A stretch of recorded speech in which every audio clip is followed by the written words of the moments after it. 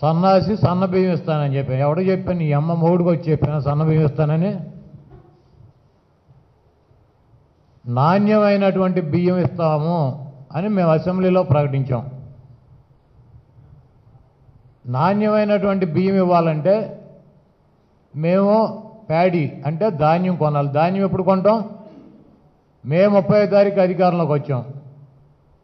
ఈ నెలలో 20వ తారీఖు నుంచి ప్యాడీ అందుబాటులోకి వస్తుంది ధాన్యం. మేము వాటిని తీసుకుని వాటిలో క్వాలిటీ బియ్యాన్ని తీసుకుని వాటిని బ్యాగుల ద్వారా ప్రజలకు అందిస్తాం ఏప్రిల్ నుంచి అని చెప్పి జగన్మోహన్ రెడ్డి గారు మేము చెప్పాం. శాంపిల్గా ఈ ఎదవలో చంద్రబాబు నాయుడు, ఓమా, ఈ బొత్సు భోషాణంగాళ్ళు కొన్నటువంటి బియ్యాన్ని, ధాన్యాన్ని పండించి రీసైక్లింగ్లో కొన్నటువంటి బియ్యం మా దగ్గర ఉంది ఇప్పుడు స్టాకు. అవి తింటాకు పనికిరాదు. వాటిల్లో మంచి బియ్యాన్ని ఏరితే ఒక జిల్లాకి పనికి వచ్చేటువంటి పరిస్థితి ఉంది. వాటిని శ్రీకాకుళం జిల్లాలో ఎత్తున్నాం. నేనేమైనా బియ్యం తయారు చేస్తానా? నువ్వు కొన్న చెత్త చెత్త. వీడికి సన్న బియ్యం ఇస్తానని చెప్పానంట. 5 నెలలు అయింది, ఏం చేస్తున్నావు అంటున్నాడు. నువ్వు 14 ఏళ్ళు నీ ముఖ్యమంత్రిగా మీ నాయకుడు చంద్రబాబు నాయుడు ఉన్నాడు, ఏం చేశాడు? గుడ్డు కూరలు పొడుతాడు. అప్పుడు ఎందుకు అవలా? లుచ్చా మాటలు మాడతావు లుచ్చగా. అదేవిధంగా ఉమా గురించి చెప్పాలంటే అన్నదాస్తే రాజకీయాల్లోకి వచ్చాడు. డైరెక్ట్గా వచ్చావా? వదిన అడ్డం పడుతుందని చెప్పి వదిన కూడా చంపావు. అన్న చచ్చిపోతే వదిన చంపి రాజకీయాల్లోకి వచ్చినటువంటి నీలాంటి లుచ్చాగాళ్ళకే ఇందిరాగాంధీ 2 సార్లు సీట్లు ఇచ్చింది, మంత్రిని చేసింది. నువ్వు మంత్రి అయితే ఎన్టీ రామారావు పిల్లనిచ్చాడు. పార్టీ పెట్టగానే వచ్చావా? కాంగ్రెస్లో ఉండి రామారావు రంగులు వేసుకునేవాడు, డ్రామా ఆర్టిస్టు. అమ్మ ఆదేశిస్తే రామారావు మీద పోటీ చేస్తానని చెప్పి ప్రగల్భాలు పలికి ఓడిపోయి కాంగ్రెస్ పార్టీలో రామారావు చేతిలో 3 రోజుల్లో వెళ్ళి తెలుగుదేశం పార్టీలో చేరావు. అప్పుడు పోరాటం తెలలేదా నీకు? అప్పుడు తల్లి లాంటి పార్టీ అనిపించలేదా నీకు కాంగ్రెస్ పార్టీ? నీకు 2 సార్లు ఎమ్మెల్యే సీట్ ఇచ్చి మంత్రి పదవి ఇస్తే నువ్వు ఎందుకు వదిలేసి వెళ్ళిపోయావు. ఆ తర్వాత ఎన్టీ రామారావు నీకు 2 సార్లు ఎమ్మెల్యే సీట్ ఇచ్చాడు. నీకోసం కర్షక పరిషత్తు పెట్టాడు, నీకు మంత్రి ఇచ్చాడు.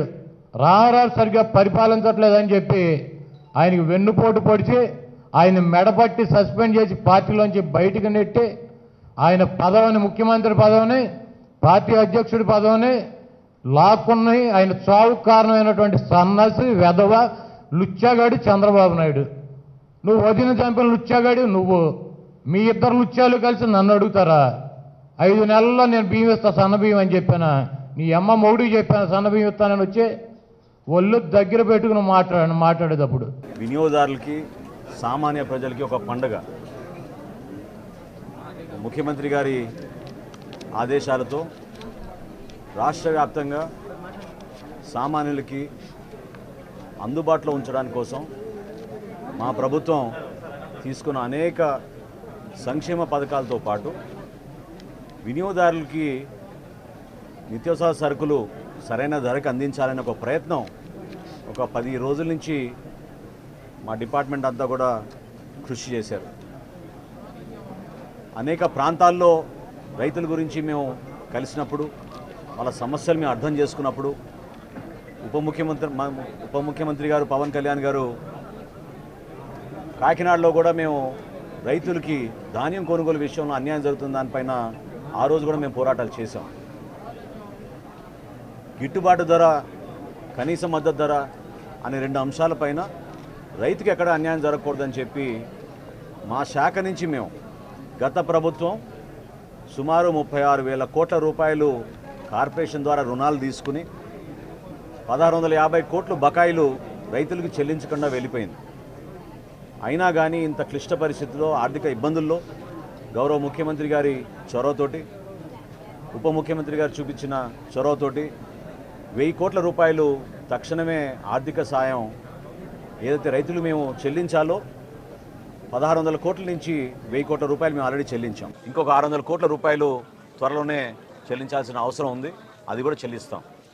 అందులో భాగంగా ఒక సమీక్షా సమావేశంలో ముఖ్యమంత్రి గారు ధరల గురించి ఒక స్థిరీకరణ తీసుకురావాలనే ఆలోచన వచ్చినప్పుడు అధికారులు మీ అందరం కూడా రాష్ట్ర వ్యాప్తంగా ఉన్న రైస్ మిల్లర్స్ని, హోల్సేలర్స్ని, రీటైలర్స్ని, సప్లయర్స్ అందరిని కూడా ఆహ్వానించి ప్రజలు ఎదుర్కొంటున్న సమస్యలపైన స్పందించాల్సిన బాధ్యత సమాజంలో మీకు ఉంటుంది. ఇదో కుటుంబ సమస్యగా మీరు కూడా భావించాలి. ఎందుకంటే ప్రతిరోజు ధరలు విపరీతంగా పెరిగిపోతున్నాయి. కందిపప్పు 181 రూపాయలు కిలోకి అమ్ముతున్నారు మార్కెట్లో. సామాన్యులు పాపం చాలా ఇబ్బంది పడుతున్నారు. వాటి గురించి చర్చించినప్పుడు వాళ్ళందరూ కూడా పెద్ద మనసుతోటి రాష్ట్ర వ్యాప్తంగా ఒకే ధర అందించాలనే ఒక ఆలోచనతోటి ఒక 4 రోజులు కసరత్తు చేసి మా అధికారులంతా ఈ రోజున సుమారు 284 అవుట్లెట్లలో ఈరోజు కందిపప్పు ప్రతి వినియోగదారుడికి కేవలం 160 రూపాయలు కిలో చొప్పున అందిస్తున్నాం. అదేవిధంగా సూపర్ ఫైన్ రైస్ క్వాలిటీ 49 రూపాయలు కోటి, 48 రూపాయలు కోటి. ఆ రైస్ కూడా ప్రతి ఒక్కరికి అందుబాటులో ఉంచేటట్టు రోజుకి 391 క్వింటాళ్ళు మెట్రిక్ టన్నులు దాదాపు మాకు ఉన్న స్టాక్ని మేము బేస్ చేసుకుని రాష్ట్ర వ్యాప్తంగా ఈ రోజున 125 క్వింటాళ్ళ కందిపప్పు ప్రతిరోజు అందుబాటులో ఉంచేటట్టు మేము ఒక నిర్ణయం తీసుకుని వినియోగదారులకు అందిస్తున్నాం. వీటితో పాటు మేము రాబోయే రోజుల్లో ఖచ్చితంగా వీళ్ళందరికీ కూడా పంచదార కానివ్వండి, కందిపప్పు కానివ్వండి, రాగి కానివ్వండి, మిల్లెట్స్ కానివ్వండి, ఇవి పంపిణీ చేయాలని ఒక ప్రణాళిక సిద్ధం చేసుకుంటున్నాం.